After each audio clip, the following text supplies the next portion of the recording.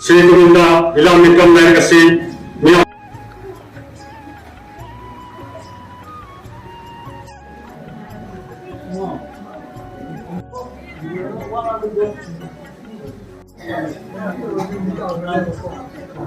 Maheshwara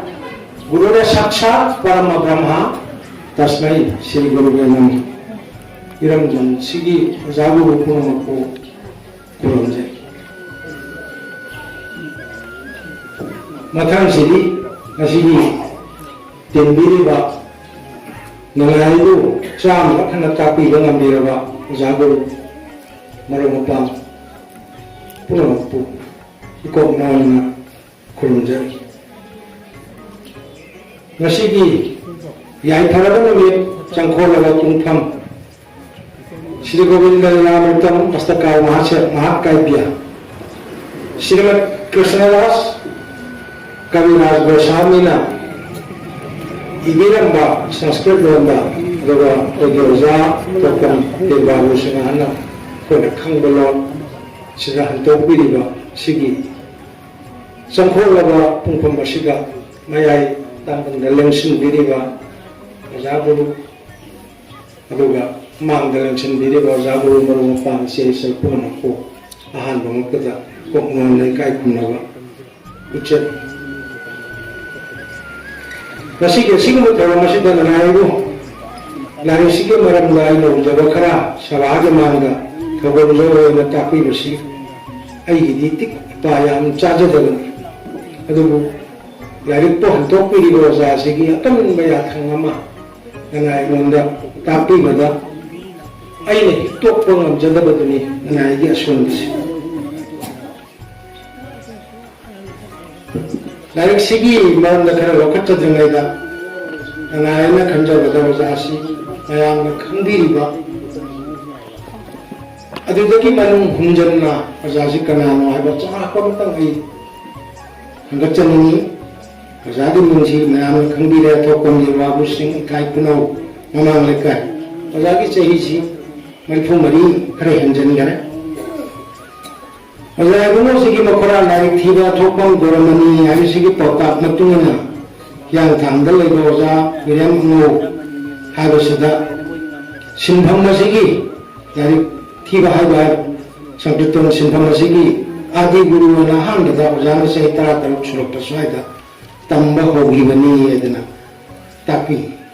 semuanya ini suboza hai kamba bu kesampa om suboza jangan lagi oza imam gausan mari subona nawadon ibam sa sago bandalega oza jangan sina tapi rakanya na semuanya tapi oza si kelas 2 pahudan tambah bani ada oza na phone ibalang si nasi sibat thal tara matoi surai Sigi Pungjali Balai Sigi Aroba Malam Sida Lisona Hape Aduga Hujum Paul Bayar Balai Si Tara Lay Adana Samain Tapi Angpa Zagi Gunamana Angatsage Nasi Handoiba Lai Sinamai Chatuk Kapuntrani Toy Pamba Sanskrit Silok Tagi Ekoi Lord Sigayam Chanana Kuna pabda translation ni ay nalawbiya na ba kung di marungi asyang masyaktuwa na hantok kasi kasi yang atang ba amani na dumano zagi bunsi sumay to na sabada hanggat sabi masaya na si pabda mayang sabata tabi pa sila tungan ko palipugi organization association sila ewa nala si mapan bumpa zaga mapalak zaga pibig Aduh, kaya lagi nungay ba tawa mana hanggang si Manipur State Kala Academy Academy Awards so ada kit sahi sige na 2020 21 year na osasin na pangye ay na laptop ko siya ko tajare masih mayang pung thogan ingay ni sahi kuningi mamangda si kumbay award na si osasin pangga yara ni aduh may bigin lang kaya ni Sum pangatan na lapas yan dagi sahi sida pangsik kaya dagi nungay ba maniyan ay sabagan gacani ꯑꯣꯖꯥꯁꯤ ꯇꯣꯉꯥꯟ ꯇꯣꯉꯥꯟꯕ ꯃꯅꯤꯄꯨꯔꯒꯤ association ꯃꯉꯥꯒꯤ organisation ꯃꯉꯥꯒꯤ light ꯃꯦꯝꯕꯔꯁꯨ ꯑꯣꯏꯕꯤꯔꯤꯑꯅ ꯇꯥꯛꯄꯤ ꯑꯗꯨꯒ AIR Imphal Doordarshan ꯀꯦꯟꯗ꯭ꯔ Imphal ꯁꯤꯒꯤꯁꯨ approve ꯇꯧꯕꯤꯔꯕ ꯁꯛꯈꯪꯕꯤꯔꯕ ꯑꯣꯖꯥ ꯑꯃꯅꯤ ꯍꯧꯖꯤꯛ ꯍꯧꯖꯤꯛꯁꯨ ꯑꯣꯖꯥꯅ ꯌꯥꯝ ꯄꯥꯝꯅ ꯅꯨꯡꯁꯤꯅ ꯆꯠꯊꯕꯤꯔꯛꯏꯕ ꯁꯤꯟꯐꯝ ꯂꯥꯏꯔꯤꯛ ꯊꯤꯕ ꯍꯥꯏꯕꯒꯤ ꯊꯕꯛ ꯑꯁꯤꯁꯨ ꯃꯈꯥ ꯇꯥꯅ ꯂꯥꯏꯔꯤꯛ ꯍꯥꯏꯕ ꯁꯪꯀꯤꯔꯇꯟ ꯀꯂꯥ ꯑꯁꯤꯗꯤ ꯑꯗꯨꯝ ꯃꯈꯥ ꯆꯠꯊꯕꯤꯔꯤ ꯃꯌꯥꯝꯒꯤ ꯁꯦꯕꯥ ꯇꯧꯕꯤꯔꯤꯕꯅꯤ ꯑꯣꯖꯥꯁꯤ ꯆꯨꯝꯅꯒꯤ ꯂꯥꯏꯔꯤꯛ ꯊꯤꯕ ꯍꯥꯏꯕ ꯁꯪꯀꯤꯔꯇꯟꯁꯤꯒꯤ ꯀꯔꯃꯤ ꯑꯃ ꯑꯣꯏꯅ ꯂꯩꯕꯤꯕꯇ ꯅꯠꯇꯅ ꯑꯣꯖꯥꯒꯤ ꯒꯨꯔꯨꯁꯤ ꯑꯩꯅ ꯈꯟꯖꯕꯗ ꯃꯄꯨꯡ ꯐꯥꯕ ꯀꯕꯤ ꯑꯃꯒꯤ ꯂꯩꯈꯣꯜ ꯂꯩꯕ ꯑꯗꯨꯒꯨꯝꯕ ꯑꯣꯖꯥ ꯑꯃꯅꯤ ꯍꯥꯏꯗꯅ ꯍꯪꯒꯠꯆꯅꯤꯡꯉꯤ ꯃꯁꯤꯅꯤ ꯑꯣꯖꯥꯒꯤ ꯁꯝꯂꯞꯄ ꯁꯛꯇꯝ ꯍꯥꯏꯖꯕ ꯇꯥꯔꯦ ꯑꯣꯖꯥꯅ ꯍꯟꯗꯣꯛꯄꯤꯔꯤꯕ ꯁꯪꯁꯀ꯭ꯔꯤꯠ ꯂꯥꯏꯔꯤꯛ ꯁ꯭ꯔꯤ ꯒꯣꯕꯤꯟꯗ ꯂꯤꯂꯥꯃ꯭ꯔꯤꯇꯝ ꯑꯁꯇꯀꯥꯜ ꯃꯍꯥꯀꯥꯚ꯭ꯌ ꯑꯁꯤꯕꯨ ꯏꯕꯤꯔꯤꯕ ꯀ꯭ꯔꯤꯁꯅꯗꯥꯁ ꯀꯕꯤꯔꯥꯖ ꯒꯣꯁꯥꯃꯤꯒꯤ ꯃꯔꯝꯗꯗꯤ ꯑꯣꯖꯥꯅ ꯑꯍꯧꯕꯗ ꯑꯣꯖꯥꯒꯤ ꯂꯥꯏꯔꯤꯛꯁꯤꯒꯤ ꯊꯃꯣꯏꯒꯤ ꯏꯊꯤꯟ ꯍꯥꯏꯅ ꯇꯧꯕ ꯋꯥꯍꯧꯗꯣꯛꯀꯤ ꯃꯍꯨꯠ ꯁꯤꯜꯂꯒ ꯏꯕꯤꯔꯤꯕꯁꯤꯗ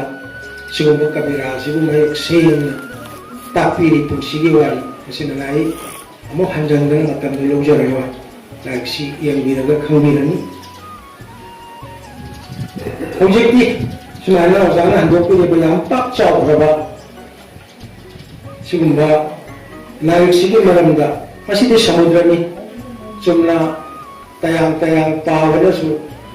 थोगना पुनिंदा हपचन दंग मौत्रगदि खरा मान हाइबसि करि मरबसि लुमन किदन अवा होय यादुगा पुन हपचन यावना फजना पारगदि मसिन पीरिबा कालाबददि करि हाइनि नायना हनचगनि वैष्णव सिंह अदुगा इचम चम मीना पारबसु पुंसीदा अलो महावमा मुक्ता थेंगद्रिबा महावमा फंबिगनी हैबसि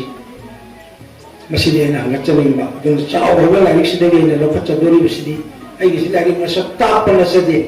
लाइक मसक ताप पाइदे ना आइगि तिंग सदे आइ लो उजबा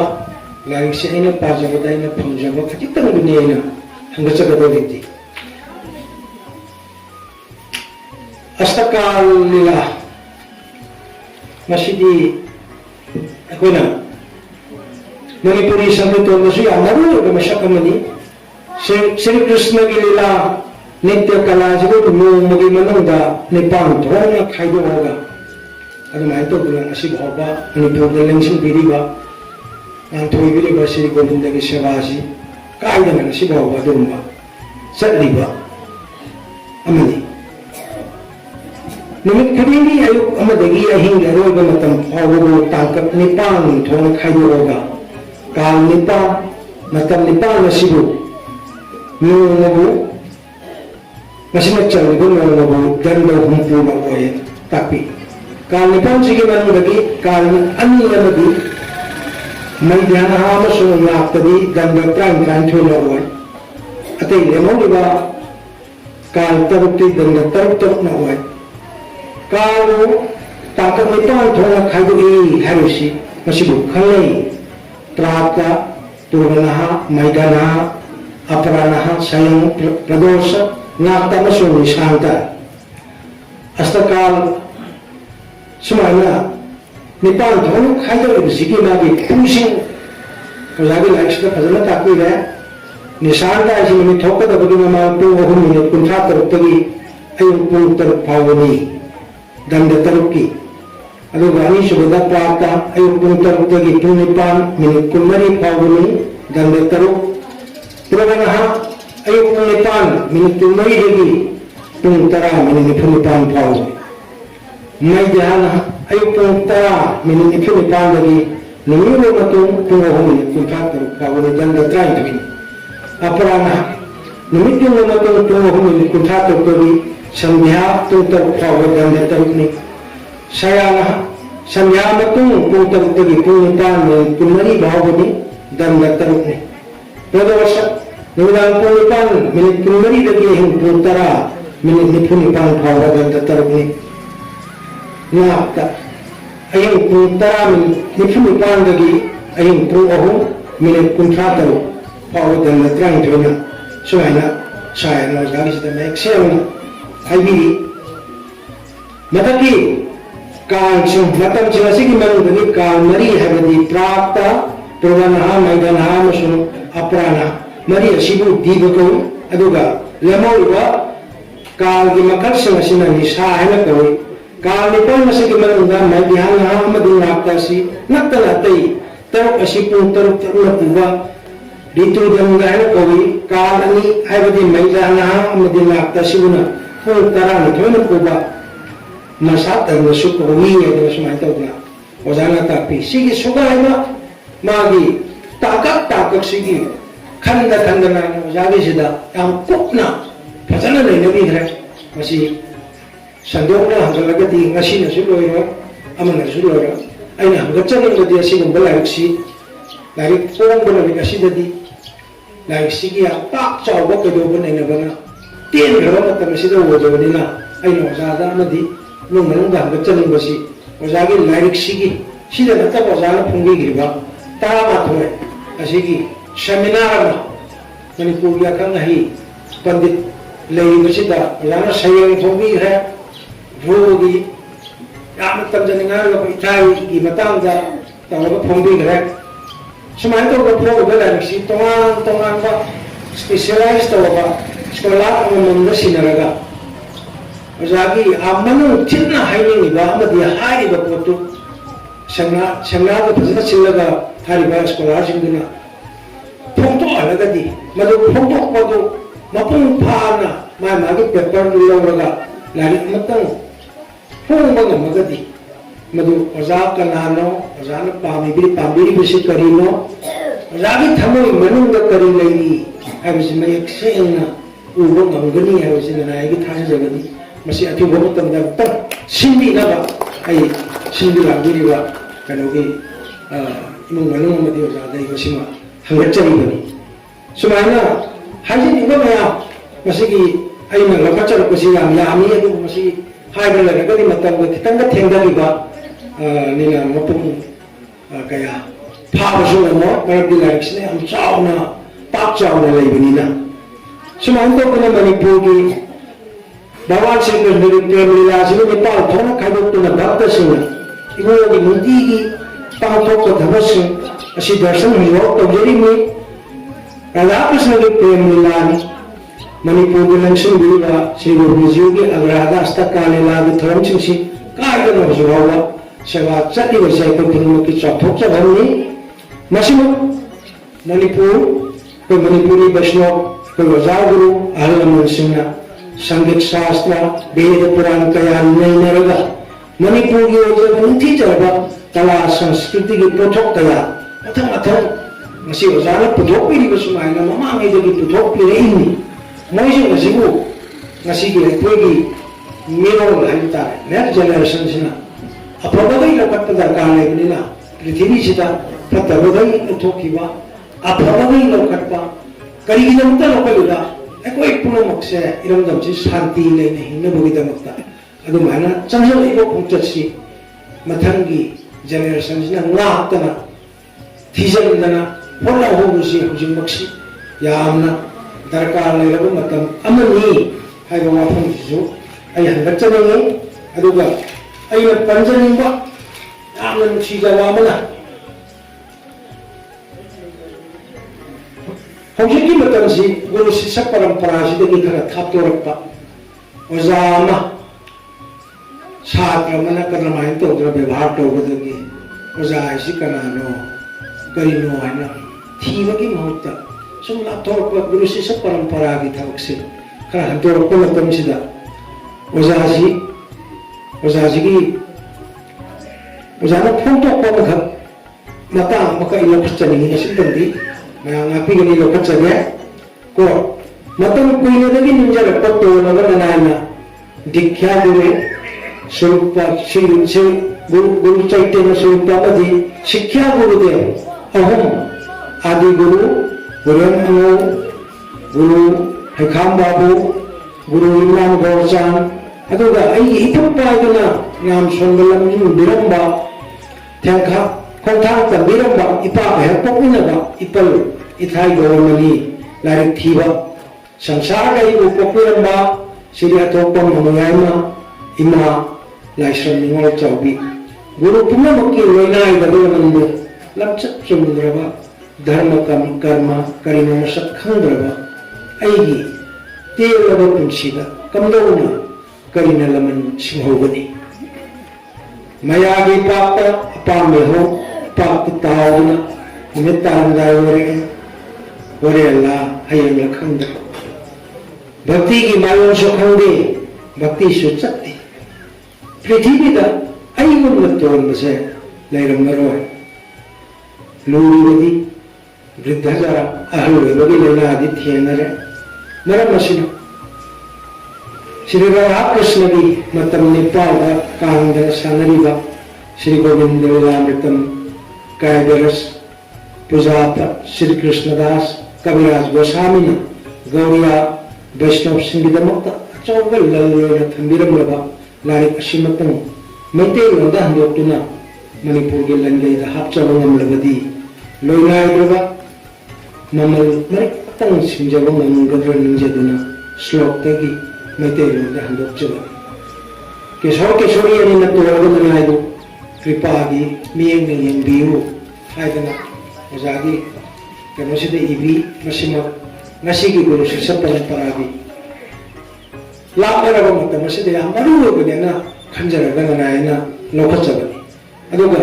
पुयंगी इथिलेना ओजागी लहोबोकी मौसिलगा इबी वसरुक्षिदसु मचे याम तेना लोखचगे को लाइक असिगी मनोंगा अशोक अरानतना थाना यावंगनी मदुगिदमक्ता वैष्णव गोस्वामी सिंहाई निंदा तमना चेलीबो वनसन दोषिंदु कोक्ता हापतुना पुजगे अपंगदना नुंगाइजरिबदी वैष्णव वैष्णवी पुनः मेयंग तादना सोदना अचुमानान येंबिदना पाबीगनी खल्लुगदा अइबो अइने तो सागतसे मदुदी संसारदा ngahaptang palambay ha matang kuina hinghawlagani ay nawazana pambirisi yaamna punong nungsiba akona thagatsaba thamagada numay tawna phawjaba aduna niyayna mga tekani sila kocharisi aduna wazana lawe holaw ongkat lawe sigi tangka khara da wazana pambi astaka liladi bhakti yaamna arunba nunggalon thukna legadaba pokni masada raga phawga mitana astakalila phawga ngami raga leitaba kanagumadi khap masigi sangsanba pungda thingjangda ngamoi haidana wazana masina takpi aduna kuna laik siyem jabada yam kupna tongamba concentration ama atai sangsargi mayali pun khudingmaksi nahtang thaidoga लाइक्सना हारिसी करिनो कर्म बता कक्ता कनाबुनो पूजा तौरिसी पूजा तौरिबसिना करी काना नबुदमतनो हारिसी एकोना खंगसी हारगदी असी राना तोपिरिवा likes कुपना पारगा खंगमंगनी हागा वाफमसी हंगचरगा उममको अमुका नारोय बोइना खुरुमजे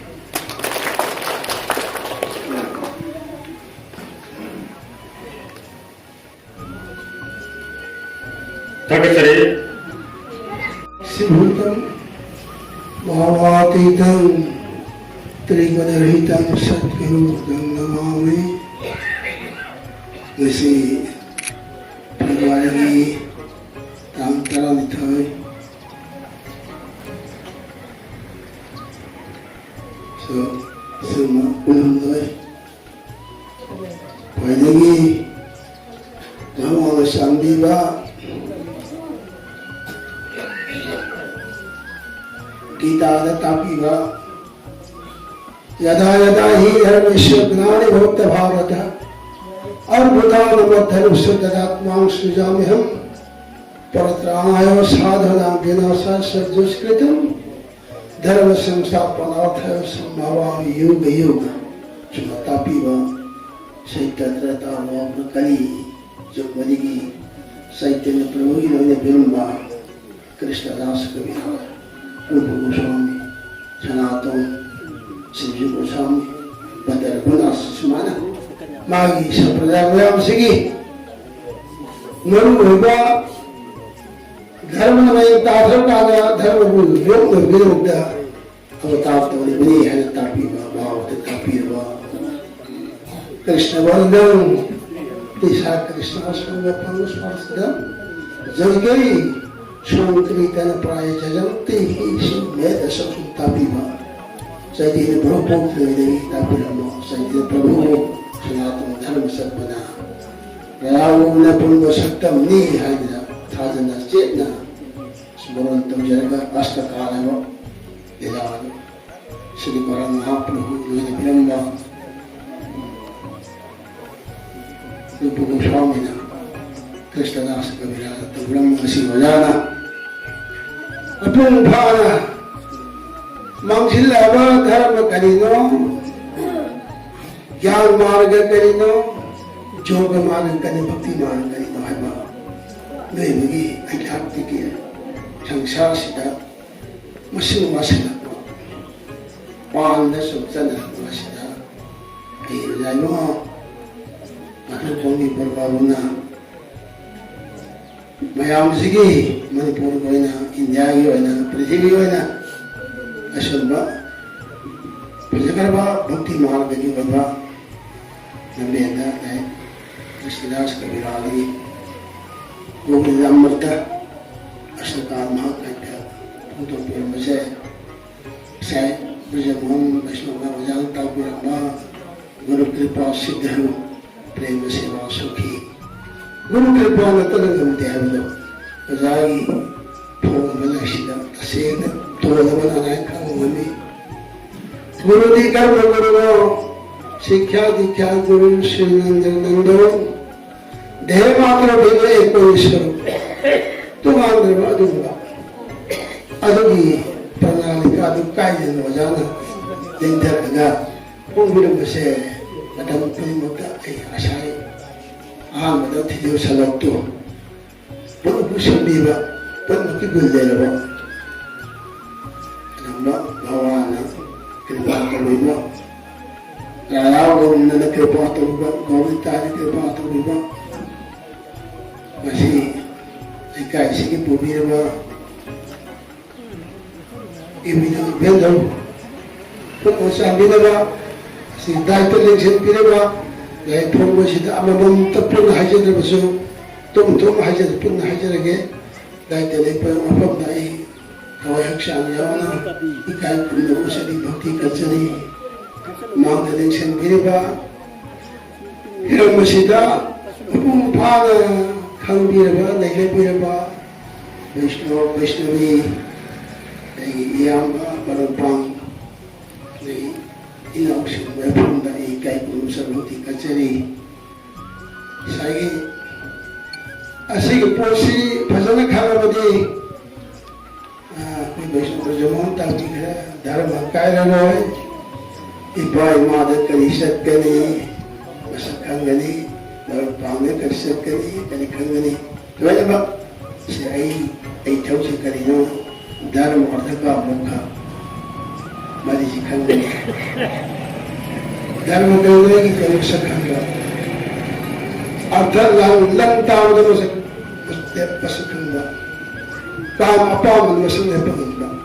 मुखा और नायना तोला नाय पीलो इसमाना जो ताबिरम बदे खंग निसी जवनी है खंगिरबनी असुबा अष्टकाजी इशामा